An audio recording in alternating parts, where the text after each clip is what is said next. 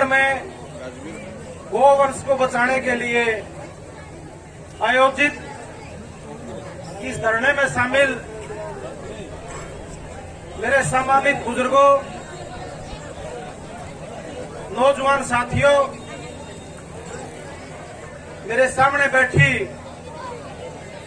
मातृशक्ति माताओं और बहनों, सर्वप्रथम तो मैं बधाई देना चाहता हूं, आभार व्यक्त करता हूं हमारी माताओं का, बहनों का, कि जो इतनी भारी संख्या में यहां पहुंच के इस आंदोलन को, इस धरने को एक ताकत देने का काम कर रही है। मैं आपसे निवेदन करूंगा कि इस महिला शक्ति के लिए जोरदार सारे साथी तालियां बजा के इनका आभार व्यक्त करें। साथियों, मैं बधाई देना चाहता हूं, जिस तरह हमारी बहन रीमन बोल रही थी मेरे से पहले, इस किसान आंदोलन से जहां हम किसान कानून रद्द करवाने में कामयाब हुए, वहीं एक पूरी जो महिला नेताओं की एक फौज इस आंदोलन ने तैयार की और उसका नतीजा है कि आंदोलन में तो महिलाओं की भागीदारी पूरी रही।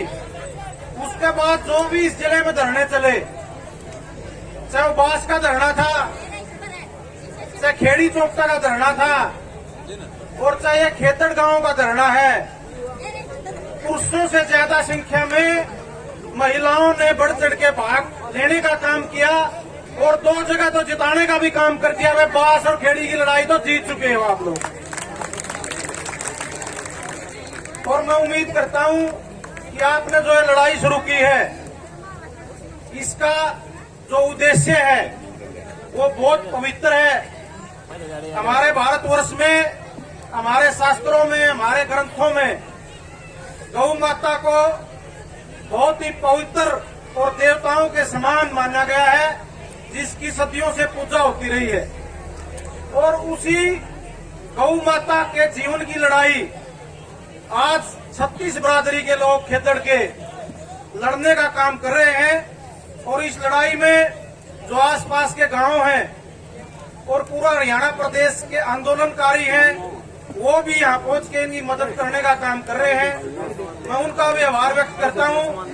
बहुत से चेहरे मैं ऐसे भी देख रहा हूँ जो खेड़ी चौकटा है वहाँ धरने में शामिल थे और आज आप लोगों के बीच में आपको हौसला देने के लिए, ताकत देने के लिए यहाँ पहुंचे हुए हैं।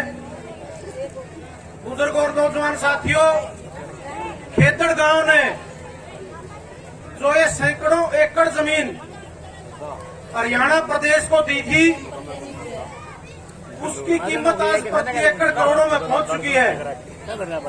ये इसीलिए दी थी कि ये जमीन देने से ये प्लांट लगेगा और पूरा हरियाणा प्रदेश को बिजली मिलेगी, किसानों का खेत में फसलें लहलाएंगी और प्रदेश का विकास होगा।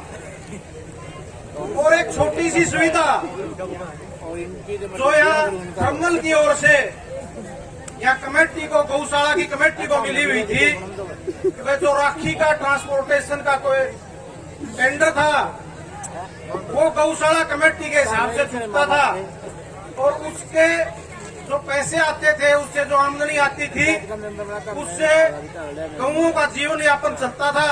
लेकिन साथियों, जो सरकार गौ माता का नारा देके आज भारतवर्ष में, हरियाणा प्रदेश में राज कर रही है, उसने गौओं के लिए इतना भी नहीं सोचा कि भाई इस टेंडर से कोई सरकार बहुत ज्यादा अमीर हो जाएगी या कोई थर्मल की मैनेजमेंट ज्यादा अमीर हो जाएगी या नेशनल हाईवे अथॉरिटी ज्यादा अमीर हो जाएगी।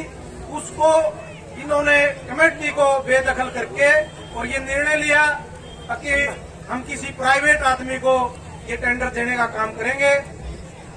मैं पूरी इंडियन नेशनल लोकदल पार्टी की ओर से इस बात की भर्त्सना करता हूं और सरकार से तुरंत प्रभाव से ये मांग करता हूं कि इस कमेटी की मांग को माना जाए, उस टेंडर को रद्द किया जाए और जिस तरह पहले कमेटी इसको चलाने का काम करती थी उसी प्रकार चलाने की अथॉरिटी, आज्ञा और टेंडर इस कमेटी को दिया जाए।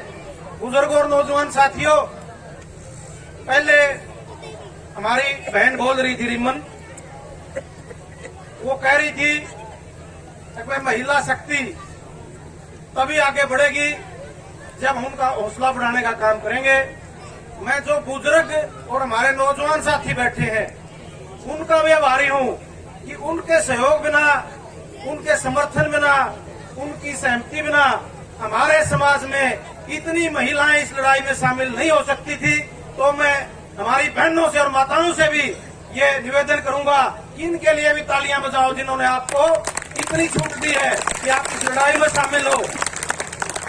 आज पूरे वर्ल्ड में, विश्व में, हिंदुस्तान में, फौज में भी इस बात की आज्ञा दे दी गई है कि महिलाएं बॉर्डर पर जाएंगी, बीएसएफ में, सीआरपी में। और किसान आंदोलन की तो पूरे आंदोलन के दौरान रीढ़ की हड्डी की तरह हमारी महिलाओं ने काम किया। घर से लस्सी और दूध देना भाई हंसी खेल को नहीं, दूध लस्सी दी, इकट्ठा करवाया और फिर एक भी धरना, एक भी गांव का तंबू ऐसा नहीं था जब हमारी महिलाओं की भागीदारी नहीं थी। और साथियों, जिस आंदोलन में 36 बरादरी इकट्ठी हो जाए और समाज की हर उम्र का हर वर्ग शामिल हो, जिस तरह आज इस धरने में है, बुजुर्ग भी बैठे हैं, नौजवान भी बैठे हैं, हमारी बुजुर्ग महिलाएं भी बैठी हैं, हमारी नौजवान बहनें और बहुएं भी बैठी हैं, तो आपकी लड़ाई, आपको जीतने से कोई हिंदुस्तान की शक्ति नहीं रोक सकती। समय लगेगा, समय तो लगा हुआ है भाई, अपना तंत्र देखे हैं। किसान आंदोलन में साल तो ऊपर ला दिया, फिर अपनी छोटी छोटी समस्या होने लगी।